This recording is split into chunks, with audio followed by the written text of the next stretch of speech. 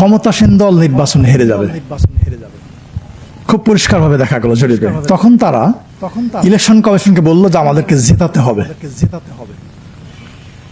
Election commission রাজি হলো না, বললো সরি আমরা এটা পারবো না। তখন সরকার ইলেকশন কমিশনের যে ফান্ডিং অর্থাৎ টাকা পয়সা বেতন ভাতা নির্বাচনের খরচ সব বন্ধ করে দিল। ইলেকশন কমিশন কোথায় যাবে?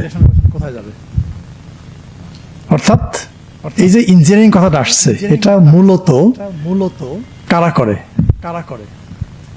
দলগুলো করে, সরকার করে, ক্ষমতাসীন দল করে। এটা তাদেরই টার্গেট, ক্ষমতায় থাকার টার্গেট। এবং আর যারা করে তারা, যারা ক্ষমতার বাইরে আসে তারা ক্ষমতায় আসার জন্য করে। এবং এইটা দুই রকম হয়, একটাকে আমি বলবো স্মার্ট ইঞ্জিনিয়ারিং, আর একটা আনস্মার্ট, যেটা সবাই বুঝে ফেলে। স্মার্টটা বোঝা যায় না, সহজ না, খুব কঠিন কাজ।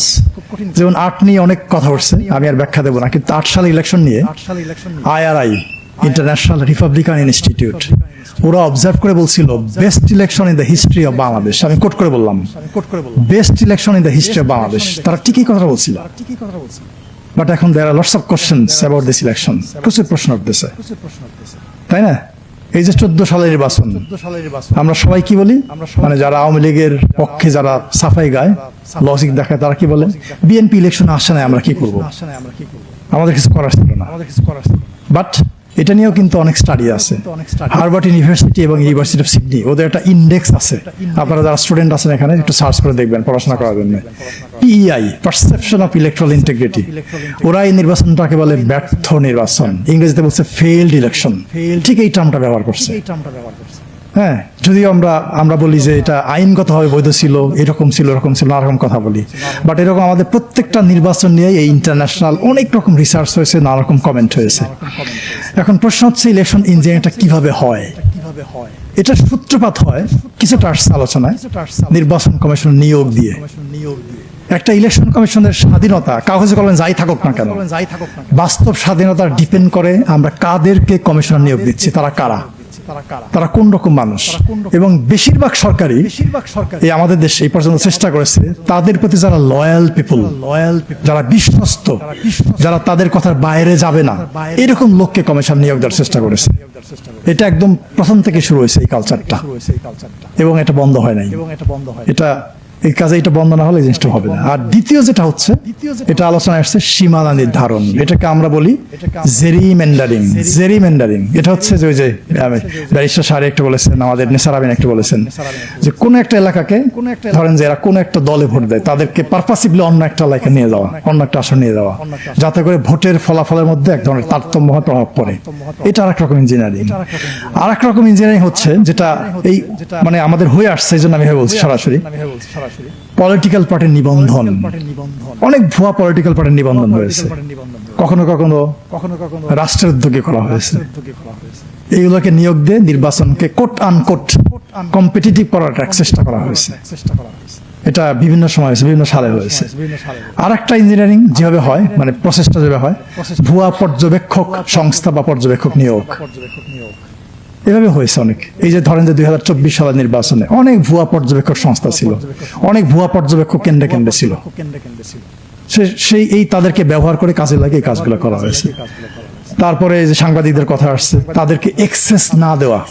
আমাদের কিন্তু সাংবাদিক নীতিমালা আছে নির্বাচন কমিশনের, এই যে সাইম সাহেব হয়তো এটা ওইভাবে কভার করেন নাই, কিন্তু সাংবাদিকদের এক্সেস ওইভাবে দেওয়া হয় নাই, যাতে করে তারা ওই কি হয়েছে না হয়েছে কেন্দ্রের মধ্যে সেটা দেখতে না পারে।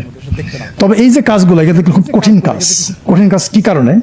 আপনি ধরেন ওই যে সারিয়া সাহেব এটা দেখাইছে আপনাদেরকে, যে বাক্স ভরে গেলে পরিবর্তন, এটা কিন্তু খুব ডিফিকাল্ট একটা কাজ, সহজ না। কিভাবে? একটা বাক্স যখন ফাঁকা থাকে, অর্থাৎ আগামী নির্বাচন শুরু হবে কয়টায়? ভোট গ্রহণ সকাল 7:30টায়। তার আগে প্রত্যেক সহকারী প্রিজাইডিং অফিসার এই বাক্সের চারপাশে প্রথমে বাক্সটাকে সে ফাঁকা করে এনে দেখাবে।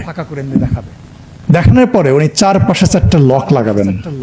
এই লকটা বাঁশের পাতার মতো চিকন, সবুজ রঙের, এবং প্রত্যেকটা লকের আলাদা নাম্বার আছে। এই নাম্বারগুলো ভোটাররা তখন উপস্থিত থাকতে পারে না, আনফরচুনেটলি। বাট ওখানে থাকে পোলিং এজেন্টরা, পর্যবেক্ষকরা, সাংবাদিকরা, তারা থাকতে পারে। এই যে 4টা লক লাগালো, ওই নাম্বারগুলো সাধারণত পোলিং এজেন্টরা নোট করে রাখে যদি ইলেকশন ফেয়ার হয়, যদি পোলিং এজেন্ট না থাকে। বাট আমরা তো দেখেছি অনেক নির্বাচনে পোলিং এজেন্ট ছিল না, কিংবা ডামি পোলিং এজেন্ট ছিল, তাই না? সো 4টা লকের নাম্বার ওনারা লিখে রাখে। তারপরে যখন এই বাক্সটা ভরে যায়, আর একটা লক মাঝখান লাগানো হয়, যেখানে ফাঁকা, আপনি যেখান থেকে ব্যালট পেপার ঢোকাচ্ছেন ওখানে লাগানো হয়। তো এইটা, এই 5টা লকের নাম্বারই পোলিং এজেন্টরা লিখে রাখেন, এবং যেহেতু তারা সারাদিন কেন্দ্রে থাকেন, গণনা করার সময় তারা আবার লকের নাম্বারটা মিলান, যে ওই নাম্বারটা আছে কিনা লকের মধ্যে। কাজেই এই কাজটা কিন্তু অত সহজ না। এবং আরেকটা বাক্স যখন দেওয়া হবে, তখনও কিন্তু ওই একইভাবে 4টা লক লাগানো হবে সবার সামনে।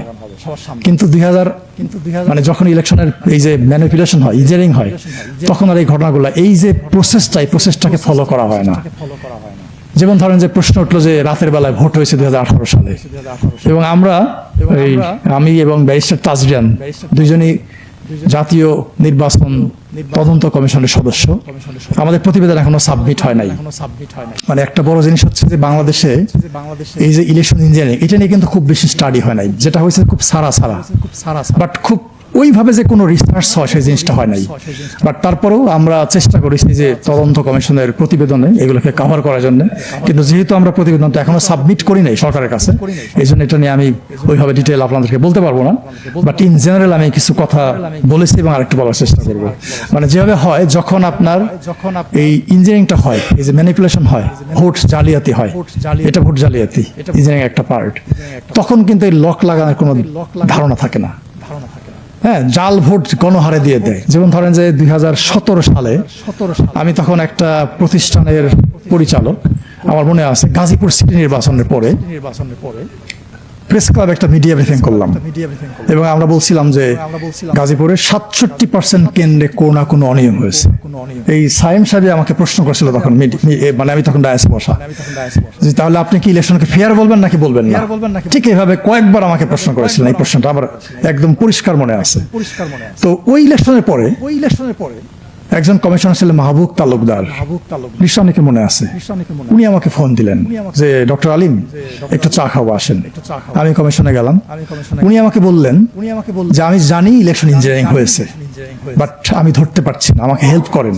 আপনার পর্যবেক্ষকরা যা দেখেছে ওই এভিডেন্স গুলো আমাকে দেন। তা আমি ওনাকে বললাম যে পর্যবেক্ষকরা তো চোখ দিয়ে দেখে, তাদের তো চোখটাই বড় এভিডেন্স। তারা তো ছবি তুলতে পারে না ভাবে, তাদের ছবি তোলার তো সুযোগ নাই। তারা তো কাগজপত্র আপনাকে সাবমিট করতে পারবে না, এই সুযোগটা নাই। এবং সারা দুনিয়ার পর্যবেক্ষণটা এরকমই হয়। তখন উনি আমাকে বললেন যে তাহলে আমি ধরবোটা কিভাবে? আমি তাকে বললাম যে একটা সহজ রাস্তা আছে, বাট আপনি পারবেন কেন জানি না। সেই রাস্তাটা হচ্ছে, যখন ব্যালট পেপারটা ইস্যু করা হয় তার কিন্তু 2টা পার্ট থাকে, এটা আপনার সবাই জানেন। ওই যে ব্যাংকের চেক বইয়ের মতো 2টা পার্ট, মুড়িপত্র থাকে আর কি, সহজ কথায়। যে পার্টটা দেওয়া হচ্ছে বা যে পার্টটা রেখে দেওয়া হচ্ছে বইয়ের সঙ্গে, 2টা পার্টের মধ্যে কিন্তু সিল থাকে। একটা সামনের দিকে থাকে, একটা পিছনের দিকে থাকে। মানে যেটা পার্টটা দিয়ে দেওয়া হচ্ছে ওটা পিছন দিকে সিল থাকে, স্বাক্ষর থাকে। আর যেটা বইয়ের মধ্যে আছে সেখানেও সিল স্বাক্ষর থাকে। তাহলে আপনি রিটার্নিং অফিসারকে বলেন এই যে ব্যালট পেপারগুলো ইস্যু করা হয়েছে ওগুলো আপনাকে দিতে, চেক করতে। আপনি চেক করলে বুঝতে পারবেন। তারপরে উনি আমাকে বললেন যে ওনাকে দেওয়া হয় নাই। উনি চেয়েছিলেন কমিশনের কাছে, কিন্তু কমিশন তাকে হেল্প করে নাই, রিটার্নিং অফিসার তাকে হেল্প করে নাই। তো এখন যখন এই জাল ভোটটা হয়, তখন কিন্তু মানুষ গিয়ে, যারা দুষ্কৃতিকারী, যারা ভোট জালিয়াতি করে, তারা ওই ব্যালট পেপার সিল নিয়ে গণহারে সিল মেরে ঢুকায় দেয়। ওই সিলের ধার কেউ ধরে না। এই জন্য ওইভাবে ভেরিফাই করলে এইটা ধরা খুব সহজ হবে। কিন্তু আমাদের একটা বড় সমস্যা কি জানেন? আমাদের দেশে নির্বাচন শেষ হওয়ার খুব অল্প সময় পরে ইলেকশন কমিশন খুব দ্রুততার সঙ্গে গেজেট প্রকাশ করে দেয়। আর গেজেট যখন প্রকাশ করে তখন আর এটা ইলেকশন কমিশনের হাতে থাকে না, এটা চলে যায় আদালতে। অর্থাৎ কেউ যদি চ্যালেঞ্জ করে তখন তাকে আদালতে যেতে হবে, কমিশনের কিছু করার থাকে না। Which is a shortcoming of our legal framework, আমাদের আইনের একটা বড় দুর্বলতা। সো এই সব মিলিয়ে আমরা আসলে যদি শর্ট টার্ম চিন্তা করি, তাহলে প্রথম কাজটা হচ্ছে আগামী নির্বাচন তো একদম দরজায়, তাই না? যেগুলো হয়ে গেছে, এটা নিয়ে আমাদের ভাবার মানে কথা বলার বা ভাবার আর সুযোগ নেই, অবকাশ নাই। বাট যেটুকু বাকি আছে ওইটাতে একটা ফোকাস করা। প্রথম ফোকাসটা হতে পারে আপিল। আপিলটাকে স্বচ্ছতার সঙ্গে যাচাই বাছাই করে রায় দেওয়া। যেমন আমি ওই যে তাসনিম যারা প্রসঙ্গ আসছে, আমি এটা শোনার পরেই আমার অফিসে আমি বলতেছিলাম যে she will get back her nomination, এটা ভ্যালিড হয়ে যাবে। আমি একদম পরিষ্কারভাবে বললাম যে এটা ভ্যালিড হয়ে যাবে, এবং আজকে দেখলাম নিউজে তারটা ভ্যালিড হয়ে গেছে। খুলনা থেকে একজন প্রার্থী আমাকে ফোন করেছে, মানে যেদিন সে ফোন করেছে বলল স্যার আমারটা বাতিল হয়ে গেছে। কি কারণে? এই কারণে। আমি বললাম আপনি অ্যাপিল করেন, আপনারটা হবে। তো সে আমাকে একটু আগে জাস্ট SMS করলো যে সে ফিরে পেয়ে গেছে। তা আমি বলবো যে প্রথম স্টেপটা হবে ইলেকশন কমিশনের এই আপিল প্রক্রিয়াটার মধ্যে স্বচ্ছতা আনা, এটার মধ্যে যাতে কোনো রকম অনিয়ম না হয় সেটাতে ফোকাস করা, এটা নাম্বার 1। নাম্বার 2, যখন প্রচারণা হবে ওইটাকে, ওই মাঠটাকে ফেয়ার রাখা। এই যে দেখবেন কিছু প্রশ্ন অনেক দল থেকে উঠতেছে, মাঠ সমতল না। এখন ইলেকশনের মাঠ যদি সমতল না থাকে তাহলে তো খেলাটা হবে না, জমবে না। আপনি একটা দলকে পাহাড়ের উপরে দিয়ে দিলেন, আর একটা দলকে পাহাড়ের নিচে দিয়ে দিলেন, যে উপরে থাকে সে শুধু বল নিয়ে নিচে গোল দিতে থাকবে, আর যে নিচে আসে সে তো গোল দিতে পারবে না, বলের উপরে উঠতে পারবে না। এই জন্য মাঠটাকে সমতল রাখা, এই দায়িত্বটাও ইলেকশন কমিশনের, তার যে হ্যান্ডস গুলো আছে তাদের দ্বারা এই কাজটা করে ফেলা।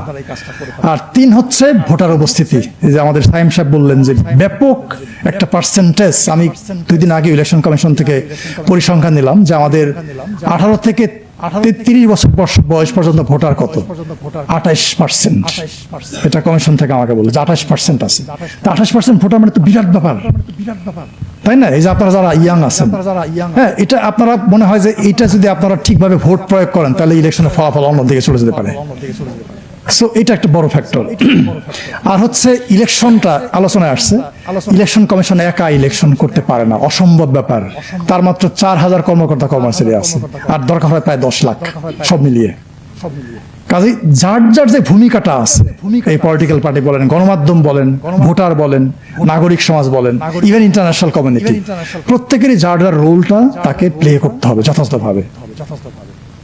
আচ্ছা, আর একটা হচ্ছে যেটা ইলেকশন কমিশনের সমালোচনা হলো, আমি বলবো যে ইলেকশন কমিশনকে খুব শক্ত ভূমিকায় নামতে হবে, খুবই শক্ত ভূমিকায়। মানে অর্থাৎ ছোট্ট একটা অনিয়ম দেখলেও অনিয়ম দেখার সঙ্গে সঙ্গে অ্যাকশন নিতে হবে। ভারতে আমার মনে আছে 2009 সালে কংগ্রেস ক্ষমতায় ছিল, একটা উপনির্বাচন হচ্ছিল কোন একটা এলাকায়। সালমান খুরশিদ তখন ইউনিয়ন ল মিনিস্টার, উনি গেছেন ওই এলাকায়, ওখানে যে উনি ক্যাম্পেইন করছেন। ভারতের কোড অফ কন্ডাক্ট অনুযায়ী এইভাবে ক্যাম্পেইন করা যায় না। ইলেকশন কমিশন তাকে একটা নোটিশ দিল, কারণ দর্শাও নোটিশ, কেন আপনি ক্যাম্পেইন করবেন? উনি উত্তর দিলেন না, সালমান খুরশিদ। আর একটা নোটিশ দিল, উত্তর দিলেন না। কমিশন বসে থাকলো না, সে কি করলো? রাষ্ট্রপতির কাছে গেল ইলেকশন কমিশন, যে একজন মন্ত্রী আমাদের কোড অফ কন্ডাক্ট ভায়োলেট করেছে, আমরা অ্যাকশন নেব। হ্যাঁ, আমরা ইচ্ছা করলে নিতে পারি, বাট আপনি কিছু বলবেন কিনা বলেন। তারপরের দিনই সালমান খুরশিদ ইলেকশন কমিশনে এসে এইভাবে হাত জোর করে ক্ষমা চাচ্ছে যে আমি দুঃখিত, আর করবো না, ভুল হয়ে গেছে আমার। ছোট্ট একটা প্রবলেম দেখলো ইলেকশন কমিশন, তার বিরুদ্ধে অ্যাকশন নিতে হবে। তাছাড়া এই ছোট ছোট ভুল থেকে বড় বড় ভুল যখন হবে তখন সবকিছু এলোমেলো হয়ে যেতে পারে। আর একটা হচ্ছে পোলিং এজেন্ট। এই যে পলিটিক্যাল পার্টির যে এজেন্ট গুলো থাকবে, প্রত্যেক বুথে, প্রত্যেক ভোট কক্ষে একজন করে এজেন্ট থাকবে, তাদেরকে শক্ত ভূমিকায় অবতীর্ণ হওয়া, অর্থাৎ কোন রকম অনিয়ম হলে সঙ্গে সঙ্গে প্রতিবাদ করা, কমপ্লেন করা। এই যে সোশ্যাল মিডিয়ার কথা আসছে, এগুলোতে পাবলিশ করে দেওয়া। আর হচ্ছে পর্যবেক্ষক এবং সাংবাদিক, এখানে তাদের একটা বিশাল দায়িত্ব আছে। পর্যবেক্ষকরা কেন্দ্রে কেন্দ্রে যাবে, গার্ড হিসেবে কাজ করবে, সাংবাদিকরাও তাই গার্ড হিসেবে কাজ করবে। কাজেই তাদের এই গার্ড দেওয়াটা হইতে হবে শক্তিশালী, যাতে করে তারা সবকিছুতে পাহারা দিতে পারে। আর আপনারা যারা আছেন ভোটারদের একটা লিমিটেশন হচ্ছে, এই যদিও আসলে পাহারা দিবেন, কিন্তু পাহারা কিন্তু আপনারা ভোট কেন্দ্রের ভেতরে গিয়ে দিতে পারবেন না। আইনটা হচ্ছে যে ভোট কেন্দ্রের 400 গজের বাইরে থাকতে হবে। আপনি ভোট দেওয়ার জন্য যেতে পারবেন, আবার ফিরে আসতে পারবেন, বাট পাহারাটা আপনার দিতে হবে ভোট কেন্দ্রের 400 গজের যে বাউন্ডারি, তার বাইরে। আমার কাছে মনে হয় এই কাজগুলো যদি আমরা করি তাহলে আগামী নির্বাচনটা ভালো হতে পারে। বাট একটা নির্বাচন ভালো হলে কি আমরা আমাদের নির্বাচন ব্যবস্থাকে ফিরিয়ে আনতে পারবো? অসম্ভব।